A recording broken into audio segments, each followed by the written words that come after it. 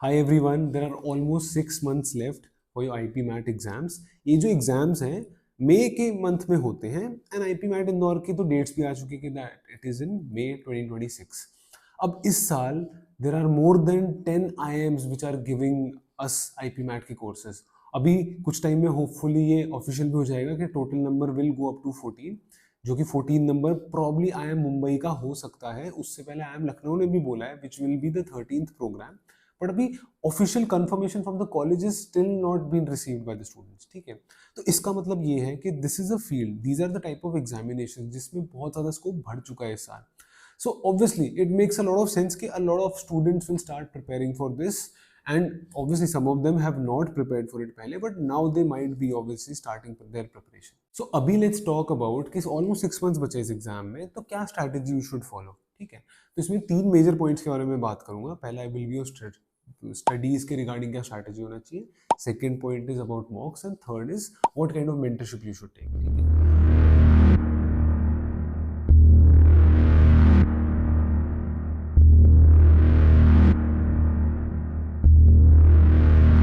तो पहले पॉइंट के बारे में बात करते हैं, that is with regard to studies. अब यहाँ पे 5 डिफरेंट एस्पेक्ट्स हैं पढ़ाई के, 5 डिफरेंट सेक्शंस हैं जिनको आपको मैनेज करना है। वैसे तो 3 ही सेक्शन आएंगे पेपर में आईपी मैट के। नॉर्मली जो भी एग्जाम होगा, एक आपका एंट्रेंस एग्जाम होगा, फिर आपका इंटरव्यू होगा। ठीक है, बट इन टर्म्स ऑफ पढ़ाई, in terms of studies, there are 5 different aspects. पहला इज वर्बल एबिलिटी इंग्लिश का, सेकंड इज लॉजिकल रीजनिंग का, थर्ड इज क्वांटिटेटिव एप्टीट्यूड का, फोर्थ इज हायर मैथ्स का। अब क्वांटिटेटिव और हायर मैथ्स कई बार साथ ही आ जाता है obviously, and fifth is your interview aspect. तो इन सबको अलग अलग बाइफरकेट करके I am going to talk about. ठीक है, सबसे पहले let us talk about English verbal ability and then will talk about logical reasoning, because ये दो ऐसे सेक्शंस हैं जो बहुत इजीली आप अच्छा कर सकते हो इसमें। ठीक है, सो इंग्लिश की जो बात है, इंग्लिश के अंदर we have RCs, reading comprehension, we have some grammar का aspect, we have some vocabulary का एस्पेक्ट, ये सब मेनली चीजें रहती है। एंड इंग्लिश की जो अगर मैं बात करूं तो दिस इज समथिंग जो एक ऑनगोइंग प्रोसेस है, आपको मतलब टाइम के साथ साथ इसको इंप्रूव करते रहना पड़ेगा। माय स्ट्रैटेजी या फिर my way of telling students के बेस्ट तरीका इसको इंप्रूव करने का ऑन अ रेगुलर बेसिस कि आप half an hour alternate days पे रीड करो इंग्लिश का, कोई भी रीडिंग एस्पेक्ट, कोई भी आप न्यूज़पेपर को पढ़ सकते हो, कोई नॉवल पढ़ लो, कुछ भी।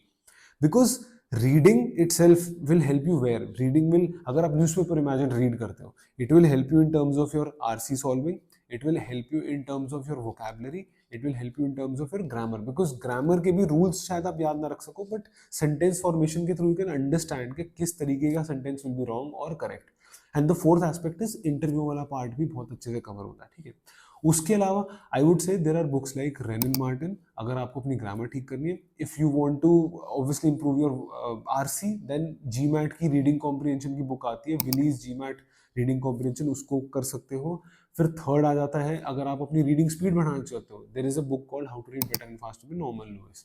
तो इन सब पे वर्क करो। Second is your logical reasoning. Logical reasoning में there are almost 10 topics, and honestly if you're working on each topic uh, half an hour, like अगर imagine आप syllogism से start करते हो, आप आधा घंटा 3 दिन करते हो ना, तो 3 दिन में बहुत अच्छे तरीके से टॉपिक सेट हो जाएगा। Obviously the catch here is कि कोई आपको बहुत अच्छे से उसको समझा दे। सिमिलरली अगर मैं 3 दिन की बात करूं, 3 दिन आधा घंटा किसी एक टॉपिक को देना, तो आप ये मानो मेरी बात कि 1 महीने में आप जेन्युइनली 80 to 90% मतलब मास्टरी ला सकते हो इस वाले सेक्शन में, which a lot of people might lack. Key here is consistency, कि कंसिस्टेंट तरीके से इसको पढ़ाई करो। ठीक है, अगला आता है क्वांटिटेटिव एप्टीट्यूड। क्वांटिटेटिव एप्टीट्यूड में there are mostly 8 topics that you need to cover, और ये हमने क्लास 10th में भी करे होते हैं। बट प्रॉब्लम यहाँ ये आती है कि क्लास 10th में हमने थोड़ा इजियर लेवल किया था, हमने सब्जेक्टिव टाइप का करा था, बट यहाँ पे we need to do MCQ based questions, right. तो उसकी बुक्स हैं कई सारी। There is this book called 30 days maths wonder, it is an amazing book जिसको आप पढ़ सकते हो। नहीं तो you can solve books like Arun Sharma, R S Aggarwal, सारी बुक्स है, इससे कर सकते हो, राइट। बट क्वांटिटेटिव एप्टीट्यूड का आई वुड हाईली रिकमेंड कि आप हर ऑल्टरनेट डे या तो 2 घंटे का टाइम स्पेंड करो, या फिर आप हर रोज 1 घंटे का टाइम स्पेंड करो, because this requires consistency. And लोग प्रॉब्लम क्या करते हैं कि लोग बहुत ज्यादा मेहनत तो करते हैं, but there is no structured मेहनत या फिर प्रैक्टिस ऑफ द क्वेश्चंस। ठीक है, तो इस पे फोकस करना है। नेक्स्ट आता है हमारा higher maths. Guys higher maths will be very difficult for students who don't have maths, तो आई वुड रिकमेंड आप जब तक क्वांटिटेटिव एप्टीट्यूड आपसे नहीं होता तब तक हायर मैथ्स में वेंचर मत करना. And if you have maths in your class 11th and 12th, I would say higher maths को थोड़ा थोड़ा रोज करो, स्कूल के साथ भी करो एंड अलग से भी हल्का सा कर सकते हो. बट प्राइमरीली मेरा फोकस ये रहेगा कि पहले आप क्वांटिटेटिव एप्टीट्यूड को खत्म कर लो. फिर हायर मैथ्स के कुछ टॉपिक्स हैं आई एम स्पेसिफिक, जो पिछले कुछ सालों में आई एम इंदौर में आए हैं अच्छे से, तो उन पे पहले फोकस करना. फिर बाद में अगर आपके पास टाइम बचता है then focus on other topics. ठीक है. नेक्स्ट आ जाता है मेरे पास interview preparation. I would say you should give at least 5 interviews before your real exam happens. ठीक है. इंटरव्यू को लोग इग्नोर मारते हैं, they only prepare for it once they have cleared their main exam. But यार कई बार क्या होता है कि if you not had too much exposure of public speaking, you not had too much exposure of giving interviews, एकदम से within a week you can't improve that skill. Your speaking skills can not भी obviously improved at a drastic level. So what you need to do is हर महीने at least एक interview या फिर हर 2 हफ्ते में एक इंटरव्यू दो एंड थोड़ा थोड़ा फोकस करो उस पर. रीड द न्यूज़पेपर, जिससे आपके पास वो कंटेंट हो बोलने का इंटरव्यू में. And it's the most ignored aspect in your IPMAT preparation, right. तो ये हुआ हमारा studies related part which I feel can be super helpful. Second part हो गया हमारा मॉक्स रिलेटेड. मॉक्स का very simple, I would recommend कि आप हर एक टाइप का जो एग्जाम दे रहे हो, whether that is IPMAT Indore, whether that is IPMAT Rohtak, whether that is NMIMS, क्योंकि अब एनएमआईएम का भी आईपीएम प्रोग्राम आएगा इस साल से. you have to give at least 10 mocks of each exam and you have to analyze them properly. And once you have done that, I would highly recommend past year paper भी solve करो, आईपीएमएट इंदौर के, रोहतक के, एनएमआईएम्स के, या किसी भी और exam के जो भी चल रहा है. ठीक है. Without this you can't expect yourself to apply your knowledge properly in the exam and understand the exam temperament. Paper में दिमाग कैसे वर्क करता है इज वेरी डिफरेंट फ्रॉम जो क्लासरूम में या घर बैठ के आराम से प्रैक्टिस में चलता है. And you need to get use to that कि एग्जाम टेम्परामेंट के साथ कैसे हमें एग्जाम में क्वेश्चन सॉल्व करने हैं, राइट. तो ये हो गया मॉक का aspect. Third aspect I would से इज मेंटोरशिप वाला एस्पेक्ट. मेंटोरशिप वाला एस्पेक्ट इज कि कोई मेंटर ऐसा होना चाहिए जो आपको वन ऑन वन बेसिस पे बताए कि this is where you are going right and this is where you are going wrong. क्योंकि अगर हमें इंस्टेंट फीडबैक नहीं मिलेगा ना कहीं से, we can not hope to improve.